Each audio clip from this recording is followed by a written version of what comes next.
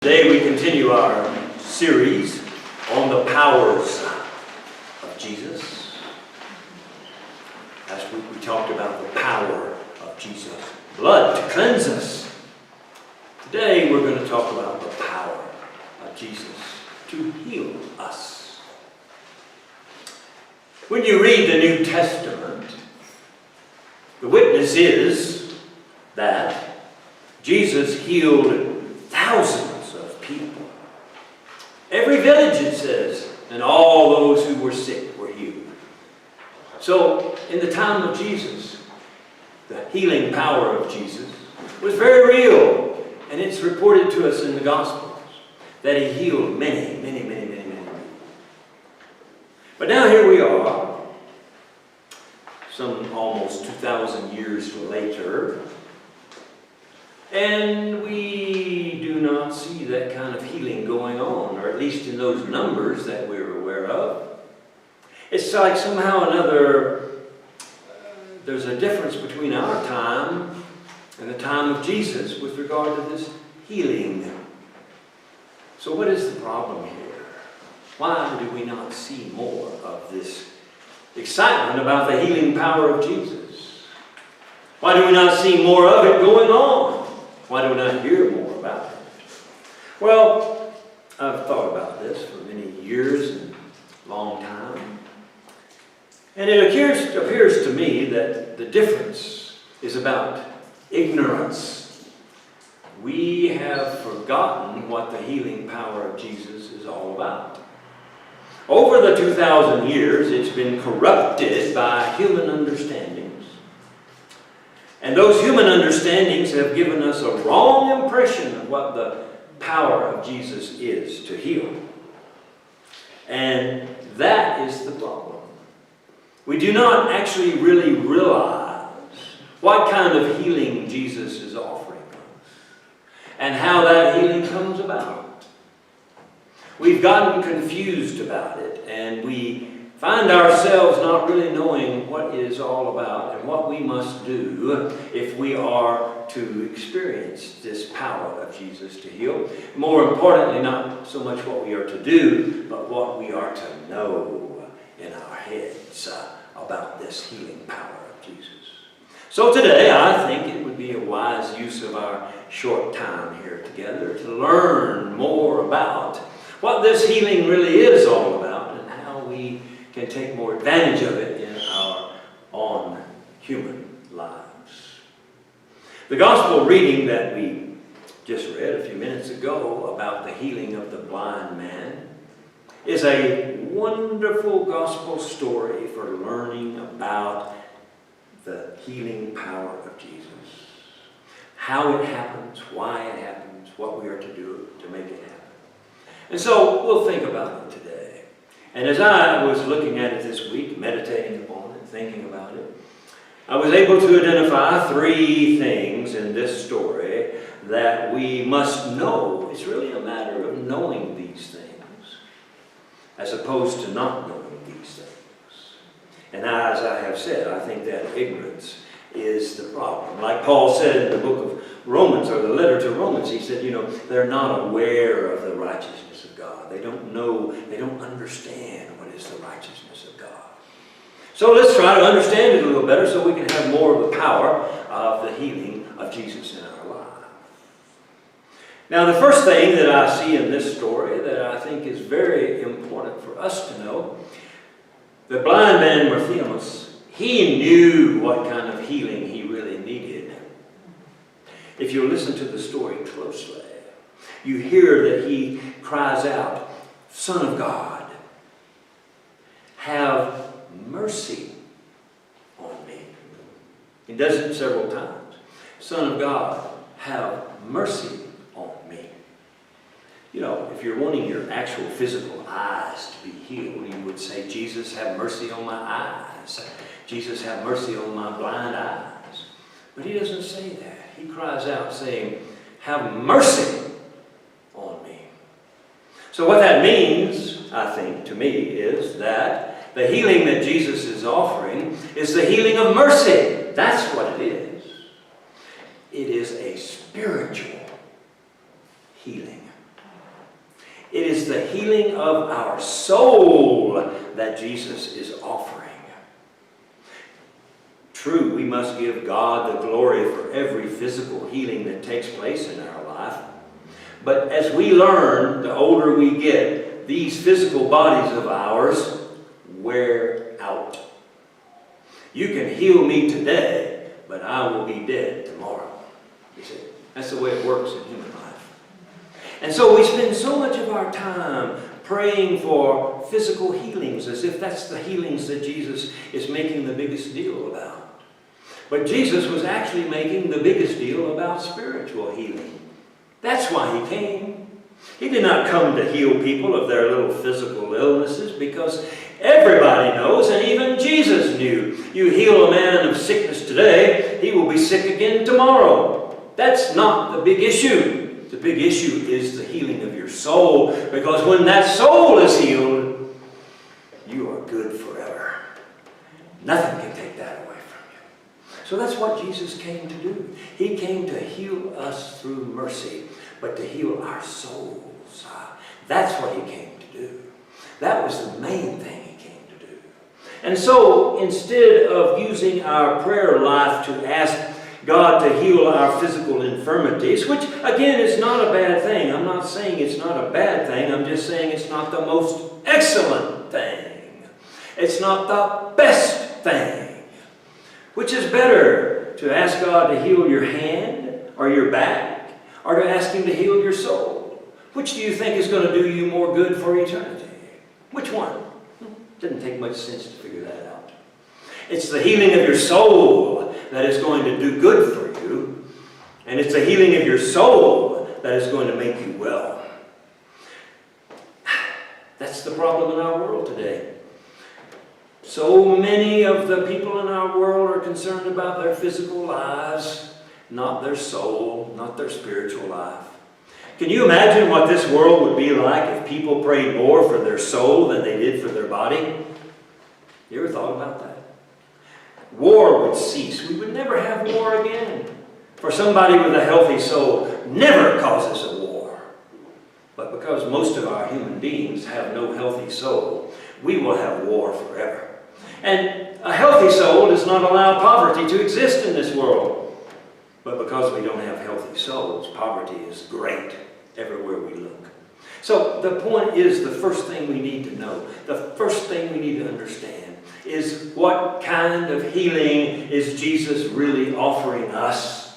And the kind of healing that he is really offering us is a healing for our soul, that which determines how we will live our life, that which determines what is our values and our beliefs, and more importantly, that which is our faith, you see. That's what Jesus is offering to heal in us. Because everybody in this world has a sin-sick soul. In the book of Romans, the epistle to Romans, Paul had another great statement which is quoted so often. He said, all have sinned and fallen short of the glory of God. As the great preacher Martin Luther said during the Reformation, that includes the Pope all the way down to the saddest sinner there ever was. Everybody has a sin-sick soul. So, if Jesus is going to offer healing, why not heal the sin-sick soul? And that is what Jesus offers us. That's what the blind man Bartimaeus knew. And that's why he cried out, have mercy, have mercy. It's mercy I need. This undeserved love, that's what I need. Because if I've got that, then it doesn't make any difference what happens to the rest of me in my life. But if I know I am loved by you, God, undeservedly, unconditionally, I can face anything, I can deal with anything, I can go anywhere, I can do anything, because I know the truth. I am a beloved son or daughter of God. So that's the first thing I think we need to learn. But we don't learn it. I've lived here now 10 years, 11 years. When Rebecca and I used to go out to Guayaquil or to Salinas and we would drive back, the only way to get back into Cuenca was you had to drive down Ordóñez Lasso, Main Street, coming all the way in. And back back in those days, you may not remember this, those of you who've moved here recently, Ordonez Lasso was the worst road in Cuenca. It was filled with potholes, a pothole here, a pothole there, a crack here, a crack there. It was broken to pieces, and we always hated it when we got here because you had to be like a ball in a pinball machine. You had to go around this way and that way and over this way and over that way just to get back into town. But occasionally the city engineers or whoever they are, they would say, oh, we need to fix Ordonez Lasso. And so they would bring out their asphalt trucks and they would fill in the potholes and they would grade it down and they would shore up the broken shoulders and they would fill in the cracks. And for a while it was a smooth and nice road. And that lasted about 3 months or 4 months. And the next thing you know, guess what? Here comes the potholes again, there goes the shoulder again, here's more cracks. And they did that for 3 or 4 years consecutively. They did that. And we even commented to ourselves, can't they think of anything else but a superficial fix? How about a real fix? Eventually, praise God, as you now know, Ordonez Lasso is a beautiful, solid, concrete highway with steel reinforced rods, and you don't have any potholes in it. Because somebody finally realized that the short-term fix is a lot worse than how the long-term fix will turn out. That's what I'm trying to say. God offers us a long-term fix. He offers us a new road. He offers us a new life. He says, I don't need you to have this pothole mess of having your little physical problems fixed. I need your soul fixed. And when that's fixed, we're on the way. Then we got a smooth road to heaven, all the way down. That's the point number one. Number two, and this is a really hard one for us. We got to know how sick we are. You see, the human race has very little desire to know how sick it is. It has a great desire to point out how sick everybody else is. We love doing that. We are born to judge. That's what we are. We judge others. We even judge ourselves sometimes. And we judge life. We are the ones who decide what is good and what's bad. Yeah, that's who we are. When I was a very young pastor, just starting out, I was called to jury duty. I'd never been on a jury before. So I decided I wanted to see what that was like. I went to the panel that they had chosen and was hoping maybe I would get chosen because I really wanted to see how that took place. And before they got to me, there was a young man in our group, and they asked him if there was any reason he didn't think he could give an objective and impartial judgment of the situation. And he stood up and he said, well, Your Honor, talking to the judge, he said, I'm a Christian, and in my faith I'm taught I cannot judge anyone. And when he said that, well, the judge said, well, you're dismissed. And he didn't have to serve. So it was coming my turn, and I thought, well, my goodness, I'm a Christian pastor here, so. But I really wanted to know what it was like, and I rationalized to myself then, well, that's my civic duty, and the scriptures do say that we are to obey the government authorities, and so therefore I thought to myself, I'll just be quiet. And I was, and I got on the jury, and it was quite an experience, and I learned a lot about human nature. But after that was all over with, that young man and him standing up and saying what he did just kept echoing in my head, echoing in my head, echoing in my head. And of course the words of Jesus, where Jesus said, judge not, lest you be judged. And you kept hearing that going on and on. So eventually I said, I really need to come to grips with this and try to understand what the reality is. And the more I meditated upon it, the more I thought about it, I realized the reason why Jesus was so against judgment, and the reason why we are taught not to do that, is because it is exemplary of our major sin sickness of the soul. You know, you want to ask, well, what is my sin? Your sin is the same as my sin, and that is the tendency to judge others as to whether we think they're good or bad, the tendency to judge whether we think we are successful or not, and the tendency to judge life, to think whether it's fair or unjust. I do it, I'm sure you do it, we all do it. And that is the sickness we have. It manifests itself in all kinds of ways. We begin to be doubtful of God because we judge life and say, well, this don't look like God's doing anything good for me today. Or we become filled with grief because we don't feel like God is going to comfort us or He's going to see us through the loss of what we've lost. Are we filled with despair because we look at all the bad things happening and we don't believe God's in control anymore? You see, all of it is because we judge things to be what we think they are. That's the sin-sick soul that we have. And every one of us needs to have that soul healed. So if we're going to pray for something, we should really pray that God would heal our tendency to judge. Our tendency to judge others, our tendency to judge ourselves, and our tendency to judge life.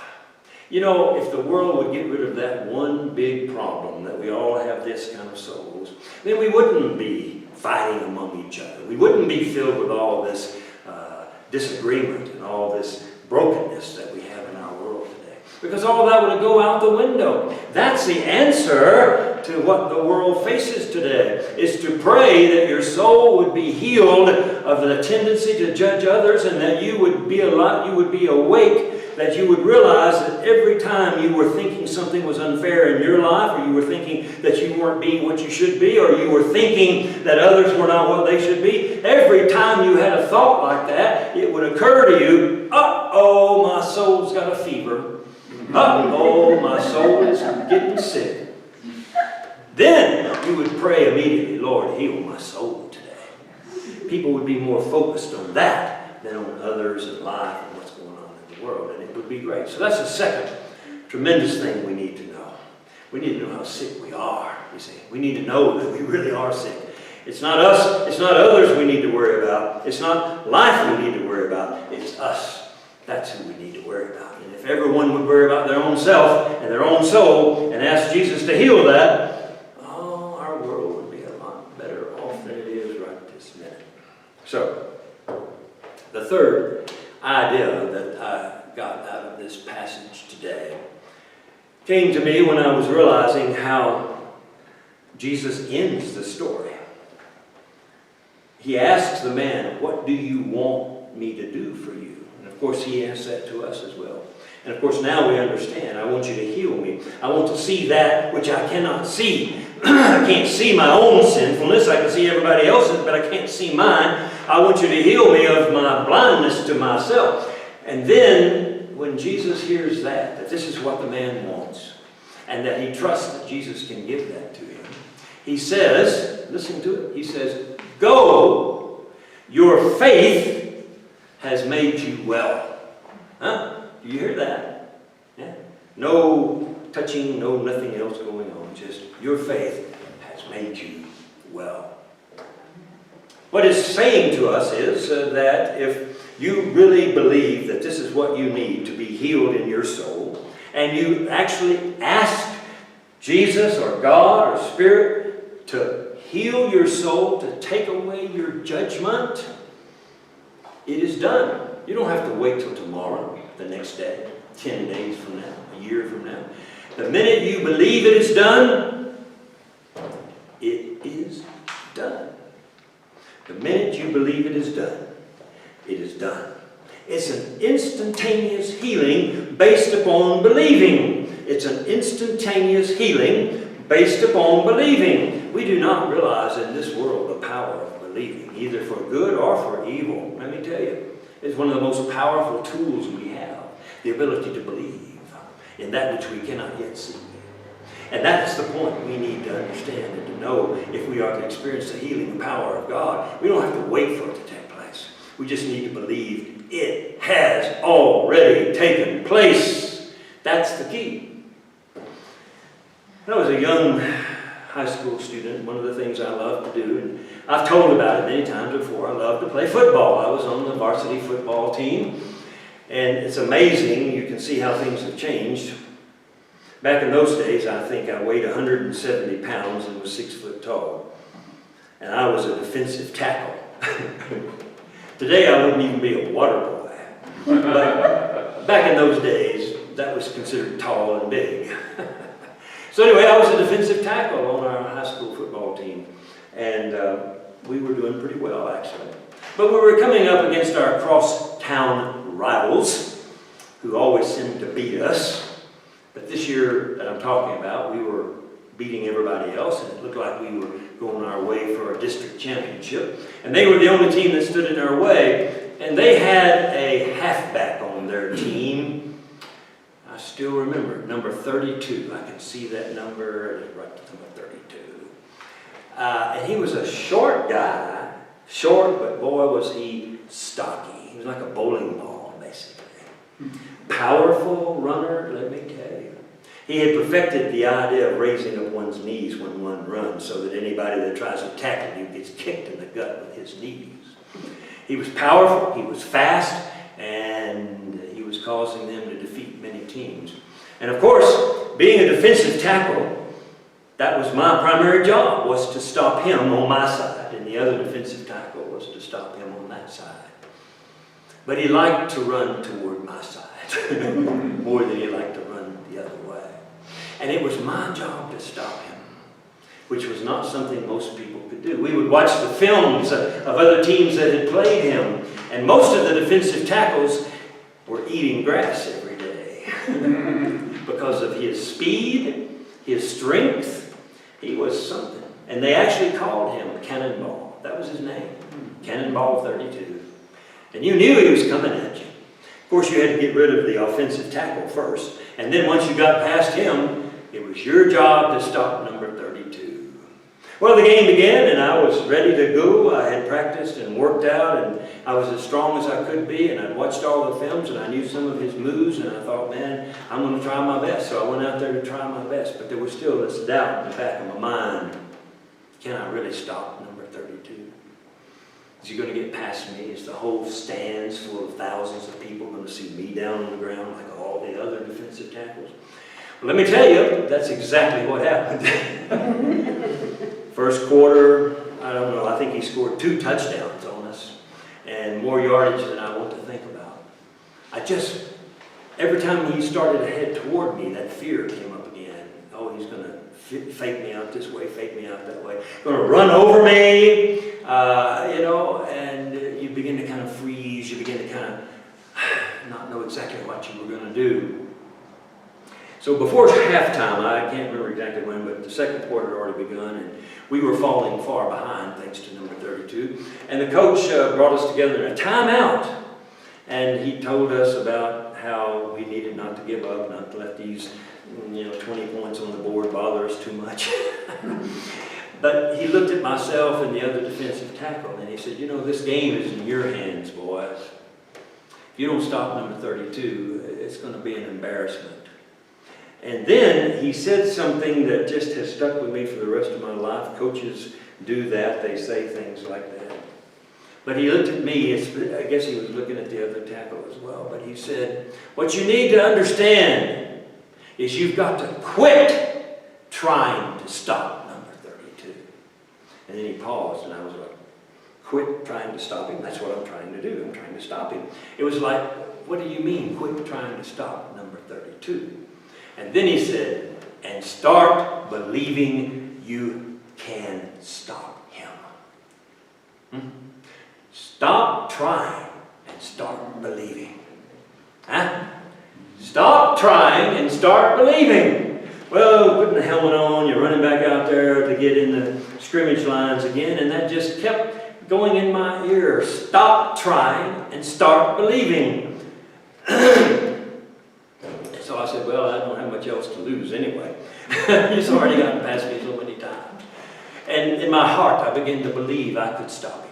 I began to say to myself, he's got nothing on me. He's not going to get past for me. He's going to eat dust. I'm going to make sure of it. I know I can do it. I know I can do it. I believe I can do it. And I just psyched myself up like that. The play began, and I ran through, and of course, as always, they were running this right flank left with him coming straight at me again after he got the handoff, and we were looking at each other eye to eye going straight for him. But for some reason this time, I just was free from my fear. I let my mind go and do what it wanted to do. In the past, I had tried to tackle the way we were taught to tackle. I tried to perform the classic tackle, which is in the middle, straight down. That's how we were told to tackle. In the middle, straight down. And if you did that to number 32, you always end up in the dust. So for some reason, I was inspired. Hit him high, hit him high. No coach would ever tell you to hit a runner like that high. Hit him up on the chest. Grab his shoulder pads. So that's what I did. I jumped up and grabbed his shoulder pads, and lo and behold, it was just like wrestling a bull at the rodeo. Down we went. And number 32 lost 3 yards. And I rose up from that tackle and I said, now I believe. I know how I can do it. Because I now know the truth. And for the rest of the game, he actually lost yards. And it angered him so much that one of the times I pulled him down, he turned around and kicked me with his spikes on. And that got a 15-yard penalty for the opposing team. Plus, it got him thrown out of the game. Oh, it was a happy day, and I still remember that. It's one of the great times in my football career. But the point is, we need to know this truth.